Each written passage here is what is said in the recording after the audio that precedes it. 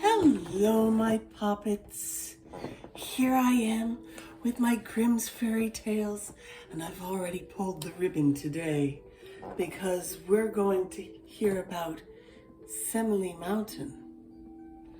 So, there were once two brothers, the rich one and the other poor. The rich one, however, gave nothing to the poor one, and he gained a scanty living by trading in corn, and often did so badly that he had no bread for his wife and children. Once, when he was wheeling a barrow through the forest, he saw on one side of him a great bare naked-looking mountain. As he had never seen it before, he stood still and stared at it with amazement. While he was thus standing, he saw 12 great wild men coming towards him, and as he believed they were robbers, he pushed his barrow into the thicket and climbed up a tree, waiting to see what would happen. The 12 men, however, went to the mountain and cried, Simeli Mountain, open! And immediately the barren mountain opened down the middle, and the 12 went into it. And as soon as they were within, it shut. After a short time, however, it opened again, and the men came forth carrying heavy sacks on their shoulders. And when they were all at once more in the daylight, they said, Simeli Mountain, shut thyself. And then the mountain closed together, and there was no longer any entrance to be seen to it, and the 12 went away. When they were quite out of sight, the poor man got down from the tree and was curious to know what had really secretly been hidden inside the mountain. So he went up to it and said, Simeli Mountain, open. And the mountain opened up to him also. So he went inside, and the whole mountain was a cavern full of silver and gold, and behind lay great piles of pearls and sparkling jewels, heaped up like corn. Well, the poor man hardly knew what to do, and whether he might take any of these treasures for himself or not. But at last he filled just his pockets with gold, and left the pearls and precious stones where they were.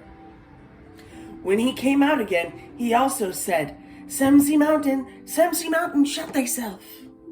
And the mountain itself closed, and he went home with his barrow. Well, now he had no more cause for anxiety, but could buy bread for his wife and children with the gold, and wine into the bargain. He lived joyously and uprightly, giving help to the poor, and he did good by everyone. When, however, the money came to an end, he went to his brother and borrowed a measure that held a bushel, and brought himself some more, but did not touch any more of the most valuable things. When for the third time he wanted to fetch something, he again borrowed the measure of his brother. The rich man, however, had long been envious of his brother's possessions, and of the handsome way he had been living, which set on foot he could not understand for how he managed to continue this living. So he thought of a cunning trick and covered the bottom of the measure with pitch. And when he got the measure back, a piece of money was sticking to it. He went at once to his brother and asked him, What hast thou been measuring in the bushel? Corn and barley, said the other. Then he showed him the piece of money and threatened that if he did not tell the truth, he would accuse him before a court of justice. Well, the poor man told him everything just as it had happened, and the rich man, however, ordered his carriage to be made up and ready, so drove away, resolved to use the opportunity better than his brother had done, and bring back with him quite different treasures. When he came to the mountain, he cried, Simeli Mountain, open! The old mountain opened, and he went inside, and there lay treasures all before him, and a long time he didn't know which to clutch first. At length he loaded himself with as many precious stones as he could carry. He wished to haul his burden outside, but his heart and soul were entirely full of greed, and so he could not remember the name of the mountain. He cried, Simeli Mountain, open! But the mountain never stirred. It remained shut. And then he was alarmed, but no longer could he think about the thoughts, and they just confused themselves. His treasures were no more of any use to him.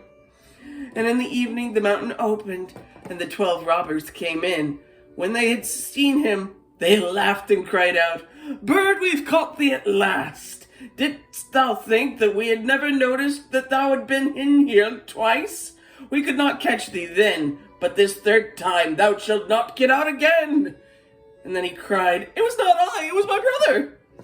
But they let him beg for his life and say what he would before cutting off his head.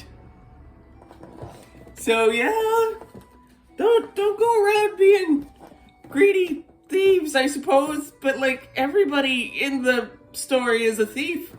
So you just kind of have to find a way to be measured with your actions, apparently, and don't get caught.